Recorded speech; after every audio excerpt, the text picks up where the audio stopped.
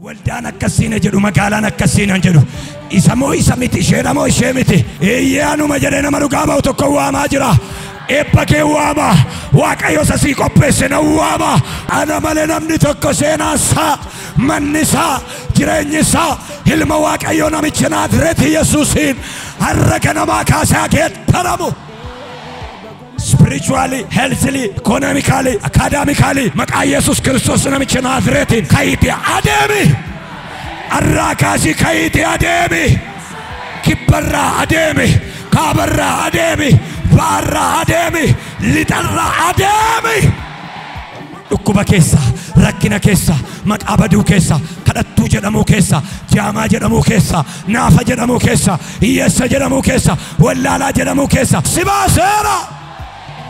Maalin nama taate maalin jijjiiramte maalin guddatte warisiin jiran dookimentii itti agarsiisnu qabnu maqaa Yesuus namicha Naazreet.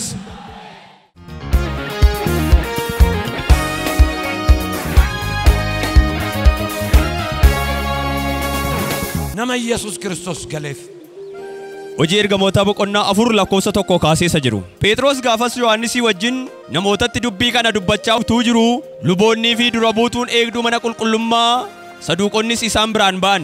Ergamoonni kun namoota barsiisanii Yesuus du'aa akka ka'ee du'aa ka'uunis akka jiru waan lallabaniif isaanitti aaran. Jarri yeroo sanatti lachuu isaanii qabatanii waan galgalaa'eef amma bari'utti mana hidhaatti kennan. Warri dubbicha dhaga'an keessaa baay'een garuu hin amanan. Lakkoofsi amantootaas kan dhiirotaa duwwaan iyyuu akka 5,000 ga'e. Lafti bariinaan gurguddoonni Yihuudootaa fi maanguddoonni barsiisonni seeraas Yerusaalemitti walitti qabaman. Isaan keessaas Haannaas hangafi lubootaa, Qayyaafaanis, Yohannisii fi Iskindiroos kan biraas mana hangafoota lubootaa keessa turan. Isaan ergamoota qaban sana yaa'ii dura dhaabbachiisanii humna maaliitiin yookiis maqaa eenyuutiin kana gootan jedhanii gaafatan. Phexros yommus hafuura qulqulluudhaan guutamee isin gurguddoota biyyaa maanguddootas kan taatanii amma gochaa gaarii namicha naafa ture kanaaf godhameef akka inni itti fayyeefis itti gaafatamna erga ta'e. Namichi amma fayyaa ta'ee isin dura dhaabatu kun maqaa Yesuus Kiristoos nama Naazreetiin akka fayye isin hundumti keessan beekaa. Namoonni Israa'el hundinuus kanaa beekanii isin Yesuusin hin fanniftan hin ajjeeftanis Waaqayyo garuu warra du'an keessaa isa kaasee inni kun dhagicha isaa isin warri ijaartuun tuffattan inni garuu dhagaa mataa golee qajeelchu ta'ee fayyinnis Yesuus Kiristoos duwwaadhaan malee kan biraatiin tokkollee hin jiru. Maqaan kan biraan ittiin fayyuun kan nuuf ta'u Waaqa jala ilmaan namootaaf hin kennamne jedhe. Ameen. Kutaa macaafa qulqulluu hojii ergamoota boqonnaa 3 lakkoofsa 1 irratti Phexrosiif Yohannis gara mana qulqullummaa otuu deemanii balbala mana qulqullummaa jala namicha naafa tokkotu ture jedhe. Namichi naafa kun jara kanarraa waan argadha jedheetu fagootti ilaalee harka namaatiin bula, deeggarsa namaatiin bula, gargaarsa namaatiin bula. Namichi kun karaa dara taa'ee maal jedha? Maaloo nabiran darbina fayyaan faaya miilan qabu miila naataa socho'u sochoosaa naa kenna na gargaaraa jedheetu kadhata. Waan argadha jedhee jira ija isaanii keessa ilaala turedha. Sana booddee akkas jedhan nuti horii hin qabnu warqee hin qabnu meetii hin qabnu waan ittiin daabboo sibinnu hin qabnu garuu waan harka jira waan lafarraa kan hin taane tokko qabna. Innis daabboo akkatiin kadhanne si godha bara baraan akkati kana keessaa baatu si godha bara baraan iddoo sitti geeddara bara baraan lafa sitti geeddara.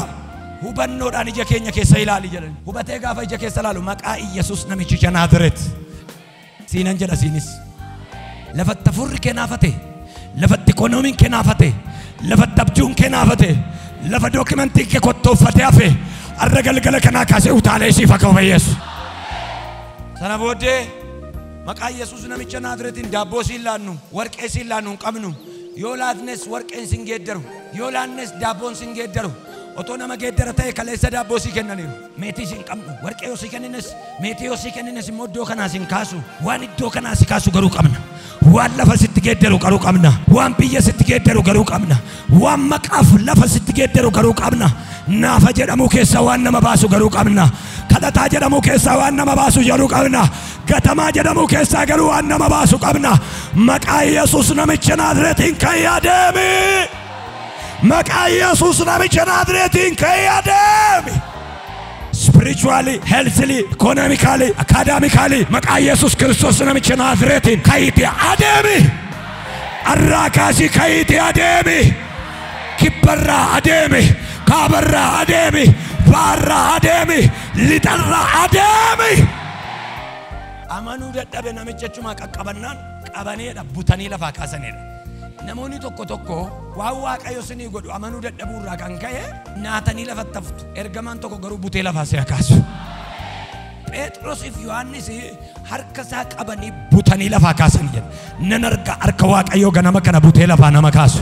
Dhukkuba keessa, rakkina keessa, maqaa baduu keessa, kadhattuu jedhamuu keessa, jaamaa jedhamuu keessa, naafa jedhamuu keessa, hiyyeessa jedhamuu keessa, wallaalaa jedhamuu keessa si baaseera. Si baaseera. Nama Yesuus Kiristoos galeef. Namoonni kuni kana booddee otoo isaan darbanii waldaatti galanii tajaajilaa jiranu namichi naafi sun olii gadi utaaleetu galateeffachuu jalqabe. Inna naamedha.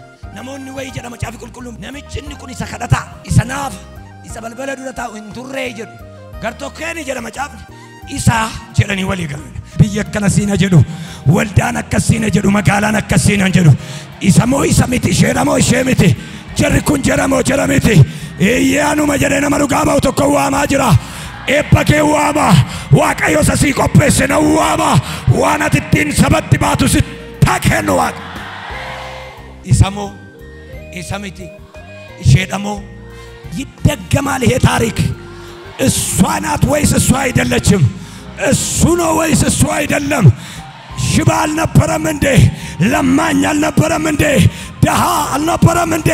ስራ አጥ አልነበረም እንዴ? በጌታ በኢየሱስም ለውጥ ይሁንባችሁ። በጌታ በኢየሱስም ለውጥ ይሁንባችሁ። አኑ ማይራሜ ማለያት أنا مالنامني tokko seenaansaa mannisaa jireenyisaa ilma Waaqayyoo namicha Naazreeti Yesuusiin harka namaa kaasaa geeddaramu. Namoonni isa moo isa miti dhaqanii gaafannaani silumaa mucaan karaa dubbatu dhabeeraa jara naa jedhe maaliif wal gaafattu? Ana naafan ture ana kadhataan ture hin sokoksinaa hin ususinaa. Isa singadi qabdanii jettan lapheen koo beeka. Isa kadhataan turre eeyyeellee eeyyeynaa isa kadhataan ture. Isa naafan turre eeyyeellee eeyyeynaa isa naafan ture. Maaltu akkasi godhe yoo jettan namicha Naazreet. Maaltu lafaa si kaase yoo jettan Yesuus. Akkamitti akkas taate yoo jettan ilma Waaqayyoo. Akkamitti akkana taate Yesuus. Maaltu kana si godhe Yesuus. Eenyuma nama qabda turte ati Yesuus. Koy akkamitti karaa kana dhufuu dandeesse ati Yesuus. Akkamitti jireenya sana darbuu dandeesse ati Yesuus. Akkamitti ba'aa sana baattee dhufte ati Yesuus. Balbalichi akkamitti sirraa baname. Jireenyichi akkamitti foolii isaa geeddarame. Akkamitti mana ga'u keessa galuu dandeesse. Akkamitti waajjira manaa keessatti argamuu dandeesse. Akkamitti maanguddoof gurguddoo kana gidduu dhaabachuu dandeesse. Amma Phexrosiif Yohaannis waa'ee namicha kanaa namoonni dhufanii akkamitti fayyistanii maaliin hiiktanii miila namicha xaxamee kana innaan nuti waan biraan qabnu garuu maqaa tokkotu nu bira jira. Maqaa Yesuus Kiristoos namicha Naazreet. Namichicha Naazreet isa jedhamu Yesuustu isa hiike. Jara nan dhaggeeffadhaa jedhe Phexros ol ka'ee hafuuraan guutameedha. Qabxii gurguddaa lama mata duree gurguddaa lama barsiisan. Tokko Yesuus du'aa ka'eera. Eenyu du'aa ka'eera? Yesuus du'aa ka'eera kan jedhu mata duree kana ganama lallabaa oolee galgala immoo deebi'ee hajab. Du'aa ka'uun Yesuus nama dhibaam gaafa isaan jedhan mata duree lammaffaa jedha jedhani. Yesuus duwwaa miti nuyis du'aa hin kaana. Du'a lammaffaan nurratti aboon qabu. Warri Yesuus Kiristoosiin harka keessan kaastanii fudhattanu duutiin lammaffaan sinirratti aboon qabu jedhanii gaafa dubbatan dhiira duwwaan 50,000. Namooti baay'een kun gaafa amanan Fariisonni eegduun abbootiin amantii Yuudonni aratanii dhufan darbaa jiru. Isaan deemaa jiru. Gidduutti argani maa inni tuuti kun maa inni namni 5,000 maaloo inni harka isaa ol kaasu maa inni Yesuus jedhamu safara kana hinna Phexros warra eegduu mana qulqullummaa gaafa argu luboon saduuqon eegduun akkasuma gurguddoota warri jedhaman gaafa dhufanii dhaabatan hafuuraan guutame jedha. Azaabota gaafa argitan baala silxaanii gaafa argitan sodaadhaan hin guutamina maqaa Yesuus Kiristoosiin hafuuraan guutama. Phexros hafuuraan guutamee dhaabbatee akkas jedha. Yesuus inni isin fannistan, inni isin ajjeestan, inni isin akka waan hin taanetti lakkooftan, inni isin gattan du'ee du'aa ka'ee abbaan garuu warra du'an keessaa isa kaase. Har'a waa'ee namicha fayyee kana yoo baruu barbaaddan, waa'ee namicha fayyee kana nutti himi yoo jettan, waa'ee namicha fayyee kana otoo hin taane waa'ee namicha kana safayyiseen isinitti himuu barbaadaale. መስማት የማትፈልጉትን አንድ እውነት እነግራችኋለሁ። ምክንያቱም እናንተ የሰቀላችሁት፣ ምክንያቱም እናንተ የገደላችሁት፣ ምክንያቱም እናንተ የተዋችሁት እሱን እግዚአብሔር አባት ከሙታን መካከል አነሳው። ዋንስን ነገውን በርባኔ ሲንትማ ዋይ ፈዩ ሙጫከና ዮ በርባደን ዋንስን ጉረ ከሰኒን ነገውን በርባኔ ተኩ ኢሰሲን ገጠን ኢሰሲን ሬብደን ኢሰሲን አጀስተን ኢሰሲን ፈንስተን ኢሰሲን ተጣበተን ያጀስተን ኢሰሲን አከዳጋን ታኔት ለኮፍተን ዋቀዮ ገሩ አባን ገሩ ዳጋ ጎሌ ቀጀልቹ ጎዴ ራበ ዋቀዮ ገሩ ወረዱን ከሳ ኢሰካሴ እኒ ዱዋ ከኤ መቃሳቱ ነምቸ ከነ ፈይሰ መቃ ኢሰ ዱዌ ዱዋ ሞኤ ካኤቲን መቃ ነምቸ ናዝሬት ኢሰሲን itti taphattanii ajjeestanii awwaaltanii biraa galtanii abbaan kaase gatiin qabu isa sin jettantu namicha kanatti gatii godhe. Isa sin gatiin qabu jettanii gattantu namicha kanatti gatii godhe. Isa sin awwaallee reettanutu awwaala keessaa namicha kana kaase. Isa sin awwaara keessa gangashitantu awwaara keessaa mucaa kana kaase. Waan godhan dhabanii amma ganamaatti mana hidhaa bushaneedha. Amma ganamaatti miti amma bara baraatti yoo nu hiitan iyyuu waan geeddaramu nageessanu. Rakkinni barbaade yoo dhufee dhaame maaloo yaada geeddaramu hin qabuudha. Kaleessas har'as boris bara baraan afaan kanarratti Yesuus Kiristoos gooftaadha jedhame maaloo gooftaadha jedhame maaloo yoon hidhames gooftaadha yoon gatames gooftaadha yoon jibbames gooftaadha yoon lolames gooftaadha namni tokko iyyuu gooftaadha jedhe maaloo ganama dhufanii jaranaa jedhan KUTAA yaa iduratti sin barbaadna jenna agabuu bulanii irribaan hin deemneef qursiin hin deemneef maaliif keessoodhaan qimmiidaa jiru ganaa gansiisaa namoota gara keessanitti deebistan warra 5,000 kanas deebisaati sobneerra jedhaa jedhaniitti himan. Sana booddee shangoo fi taqomuutu ጴጥሮስ በመንፈስ ተሞላና ብድግ አለ። በአሕዛብ መካከል ብድግ የሚያደርግ በማያውቁት መካከል ብድግ የሚያደርግ የኢየሱስን ጌትነት የምትገልጡበት ኃይል ይውደቅባችሁ።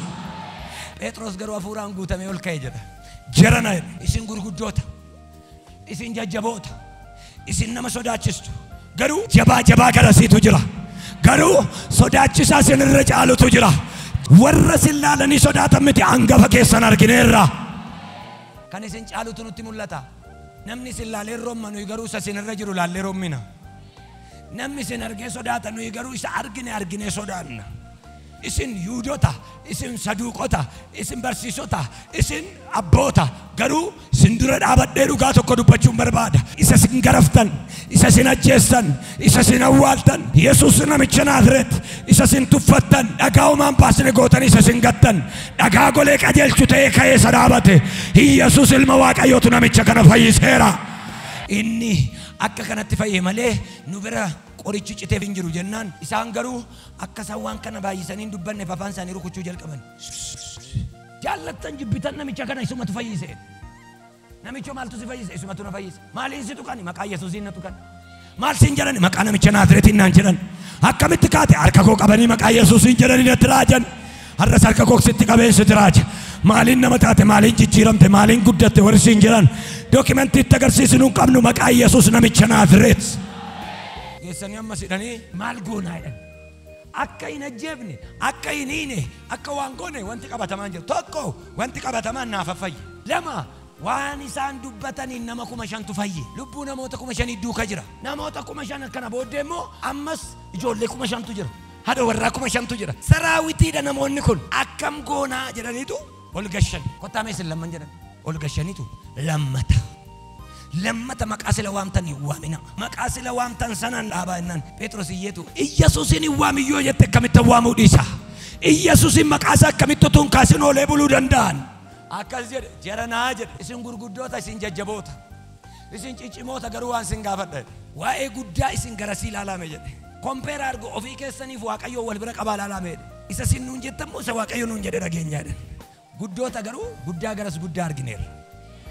isin beektota biyyaatti garuu beekaa addunyaa kanaatu nuu gale. Isin namoota jajjabaadha garuu jabaan addunyaa torba bitaa jiru garuu nuu galeera. Yesuus isin irra caala.